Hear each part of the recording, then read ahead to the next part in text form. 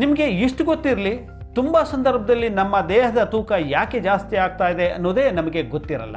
ಉಪವಾಸ ಮಾಡ್ತಾ ಇದ್ದೇವೆ, ಡಯಟ್ ಮಾಡ್ತಾ ಇದ್ದೇವೆ, ಬ್ರೇಕ್ಫಾಸ್ಟ್ ಸ್ಕಿಪ್ ಮಾಡ್ತಾ ಇದ್ದೇವೆ, ಮಧ್ಯಾಹ್ನ ಕಡಿಮೆ ತಿಂತಾ ಇದ್ದೇವೆ. ಇದೆಲ್ಲ ಸಂಗತಿಗಳ ನಡುವೆಯೂ ನಮ್ಮ ದೇಹದ ತೂಕ ಜಾಸ್ತಿ ಆಗ್ತಾ ಇದೆ ಅಂದರೆ ಅದಕ್ಕೆ ಕಾರಣ ಇಷ್ಟೇ, ನೀವು ನಿಮ್ಮ ದೇಹದ ಕ್ಯಾಲರಿಯನ್ನು ಮ್ಯಾನೇಜ್ ಮಾಡ್ತಾ ಇಲ್ಲ.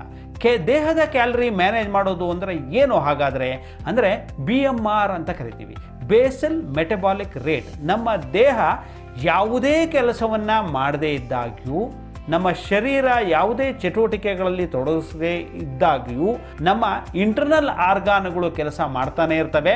ಇದರ ಪರಿಣಾಮವಾಗಿ ನಮ್ಮ ದೇಹದ ಕ್ಯಾಲರಿ ಬರ್ನಿಂಗ್ ಕೆಪಾಸಿಟಿ 1500ರಷ್ಟು ಇರುತ್ತೆ. ಅಂದರೆ ನಾವು ತಿಂದ ಆಹಾರದಲ್ಲಿ 1500 ಕ್ಯಾಲೋರಿಗಳು ನಾವು ಯಾವುದೇ ಕೆಲಸಗಳನ್ನು, ಪರಿಶ್ರಮದ ಕೆಲಸಗಳನ್ನು ಮೈಂಡಿಂದ ಅಥವಾ ದೇಹದಿಂದ, ಬಾಡಿಯಿಂದ ಮಾಡದೇ ಇದ್ದರೂ ಕರಗತ್ತೆ.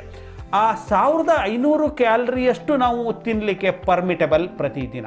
ಅದಕ್ಕಿಂತ ಜಾಸ್ತಿ ತಿಂದದ್ದೆಲ್ಲವೂ ಅದು ಕೊಬ್ಬಾಗಿ ಸಂಗ್ರಹಗೊಂಡು ದೇಹದಲ್ಲಿ ಕೂತ್ಕೊಳ್ತಾ ಇರ್ತದೆ. ನೀವು ನಿಮ್ಮ ಪ್ರತಿದಿನದ ಒಟ್ಟು ಆಹಾರದ ಮೊತ್ತ 1500 ಕ್ಯಾಲೋರಿ ಮೀರದಂತೆ ನೋಡಿಕೊಳ್ಳಿ.